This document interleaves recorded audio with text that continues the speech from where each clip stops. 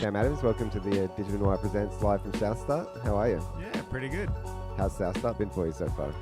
Yeah, it's been really good. I got in on Wednesday nights Okay. and visited a few of the restaurants around Adelaide. It's really good. Did you get to the Africola dinner on Wednesday night? Yeah, that was really good. And last night as well? Last night, went down to Peel Street and, the Austrade dinner at Peel Street Cafe. Nice, good food at Peel Street Cafe. Mm. Have you spent much time in Adelaide previously? Or? Not really, no. I came here maybe 3 or 4 years ago to speak at MVI Flinders. Yeah, sure. And prior to that, I visited 20 years ago. Yeah, right. Bit of change since then. Yeah. So what's your background? Where'd you grow up in Oz? I grew up in Melbourne Okay. and lived there for 27 years and eventually moved up to Sydney to be with my wife. Yeah, nice. And started working for Google there. That was around 2007. Cool, so you're working from Sydney for Google? Or? Yeah, working in the Sydney office. Yeah, interesting. I mean, I suppose I'm sure you've been sort of telling the Canva story a lot today, but I'm actually quite interested in, I suppose, your history in web and sort of, I suppose, what's been happening over the last, since 2007 to now. So I got into web a similar time, 2006. I'm interested to know your thoughts on, I suppose, well, what that last decade's looked like, but then what have we got to look forward to in the future? Because I think the web's almost, it hasn't probably changed as radically in the last 4 or 5 years as it did, in that sort of 2.0 phase in that mid 2000s. Yeah, I think when I really found the web was around the year 2000. And at the time, there was a lot of technological innovation happening around it and a realization that it was a different medium to what you would get in print. Yep. So there's lots of people learning about the best way to make a website, how it should actually be presented, what sort of content actually perform best on the web. And I started writing a lot about that over the next 5 years and gained a bit of notoriety with that. But blogging played a really big part in my career. And that's kind of why I picked it up again recently now. Okay. Now that Canva's 6 years old and I've had a bit of time to step back and think about what we've done. But I think the web has definitely changed. I think for me, the last year or two has been interesting because people are starting to focus away from social media and going back to their blogs, writing long form articles again. I think I really like that the notion of the web being an independent publishing platform and being somewhere where all sorts of different conversations can take place, not just little bite-sized tweets or liking something that someone's videotaped that day. I'm really keen to see that publishing and independence come through again. And I think if you go back to early 2000s or late 90s, but forums and then blogs, like there was really solid communities, whatever niche market you're into, design or photography. I used to spend a lot of time just reading long form articles and contributing and actually being in kind of what actually felt like a community. Whereas on Facebook and other sort of social platforms these days, it is just bite sized and there's not as much conversation happening. Yeah, I remember going even further back, being on BBS in the mid-90s. And people, most of them you didn't know their real name, you just knew their screen name, but you had some really great discussions with them and got to know them very, very deeply. And I think most social media kind of lacks that nowadays. I was talking to Craig Swan, the director of the festival, about that. We used to be so excited in the mid-90s to come home and log on to a bulletin board and just.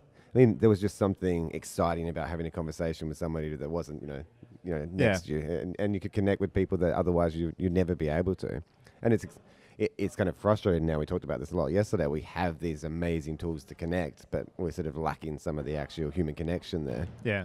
It's been amusing to see the rise of Slack, which is essentially an IRC client. How interesting is that? And IRC again being very similar to BBS's and connecting with these anonymous people, and now Slack just using that in an internal team sense. But isn't that interesting that you can just sort of take a product that exists? It just looks like a chat room from the late 90s, right? The Slack, and now everybody's literally using it. It's a logical way to communicate, I suppose, in channels. It's a fascinating thing, and part of success is about timing and being there at the right place with the right solution. And the right solution doesn't necessarily have to be something totally new. It can be an update of something that's already existed. So do you have an actual hands-on design background, or you come from more of a theoretical? Because I know sort of you're in product management now, and that's what you've been working through. But what's your background?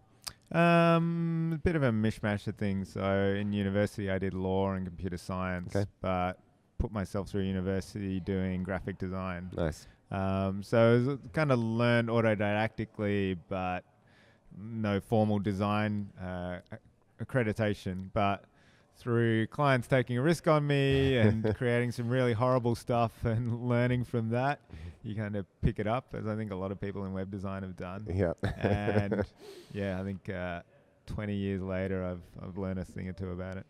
Yeah, cool. What excited you about Canva when that sort of first came onto the table? It was really exciting for me because it was an interesting technical challenge, like how to create a design tool that was extremely powerful but simple to use and do that in a browser. The year was 2012, and think about the technologies back then, there was still a lot to discover. Yeah. And the other key thing for me was this democratization of design. So I've worked a lot on creative tools over the last 20 years and helping people who previously didn't have access to stuff, giving them tools to play with and discover their own creativity. And it's been amazing to see what they create with that. And Canva is very much an extension of that.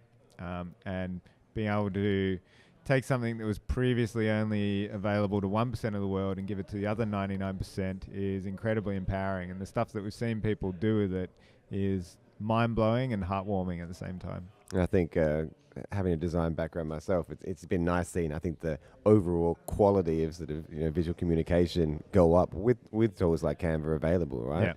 Yeah. People can actually jump in and create something with tools that are simple to learn, and also that give you some of those framework, I suppose, to actually create something that's visually pleasing as well. Yeah.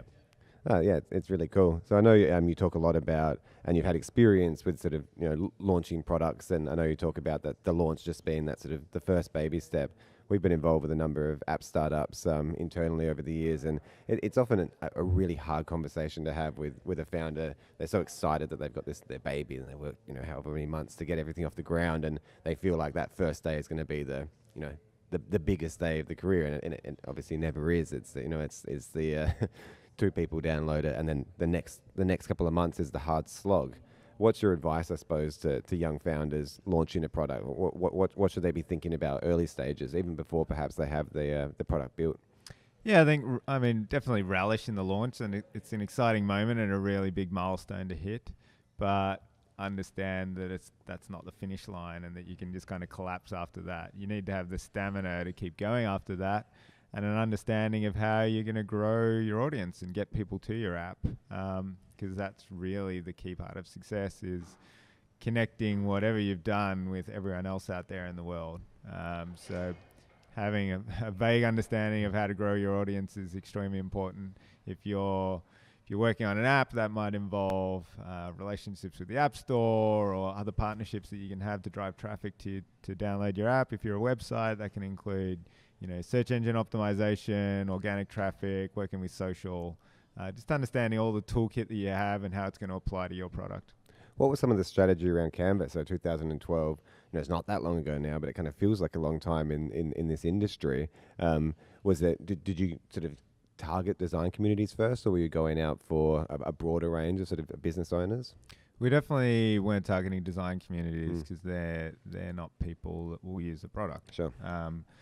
Our initial audience was bloggers and social media marketers. Yep. And we're really fortunate that those people talk a lot. Sure. And they're very sharing and giving and wanting to help the people around them. So once one of them found Canva and really liked it, they would recommend it to someone else. So we got an incredible amount of organic word-of-mouth traffic in that first year. After about a year and a half, we were fortunate to bump into this guy called Andre, and he joined the company, and he was really strong on the growth marketing side. Okay. So he put in place a really strong search engine strategy, a lot of content marketing as well. Yeah, cool. And that's generated an incredible amount of traffic for us. How big's the team now?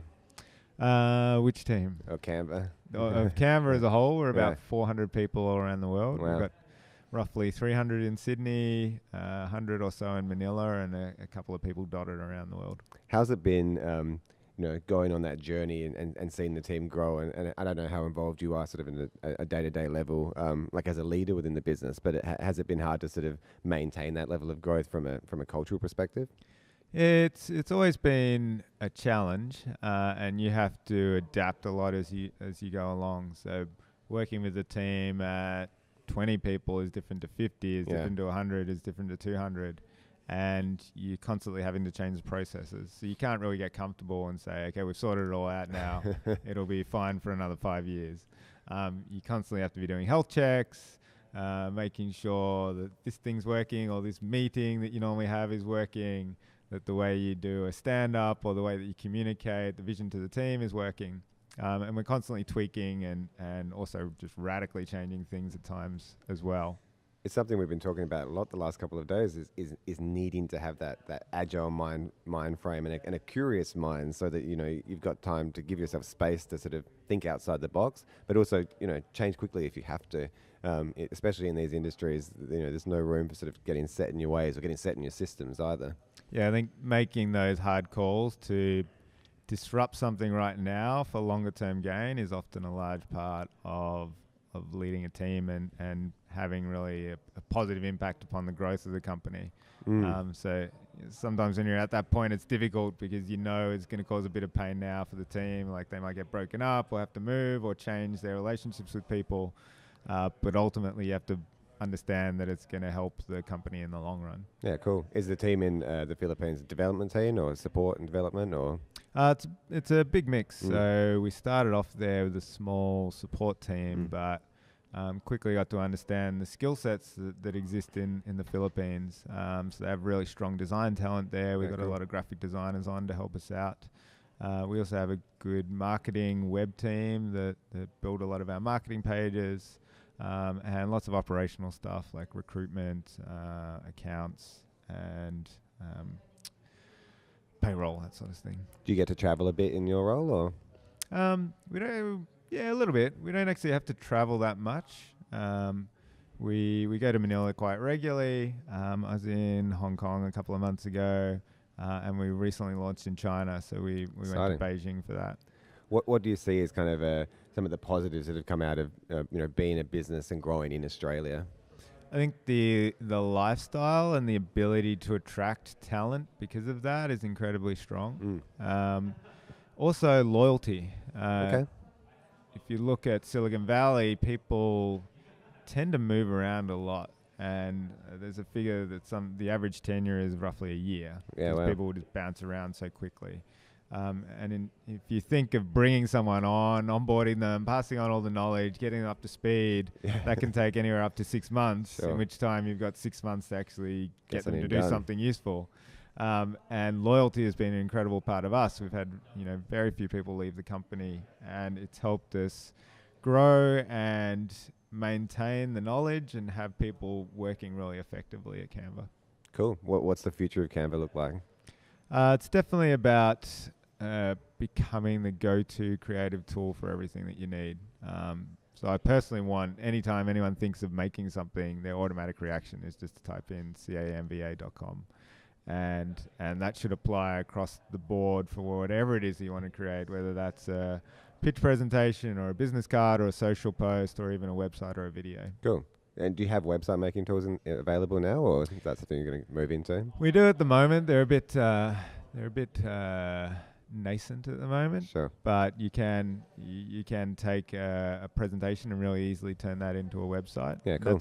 That's one of the things that we like about the platform, is that you can move your designs through different mediums. So you might start with a blog post image that you're using and transfer that into a presentation, which can then morph into a website. Yeah, cool. What drives you? What gets you out of bed every morning? Every morning, it's the challenge of thinking creatively about a problem and being able to make something that's new and unique and really solve someone's pain point out in the world. Nice. And also at this scale, with so many people in the company, making sure that each of them is passionate about what they're doing and happy to turn up to Canva every day. That's awesome. Well, thanks so much for coming down and having the chat. Appreciate you're a busy man, so I'll let you go. But yeah, really appreciate it. No problem. Nice to talk. Cheers, mate.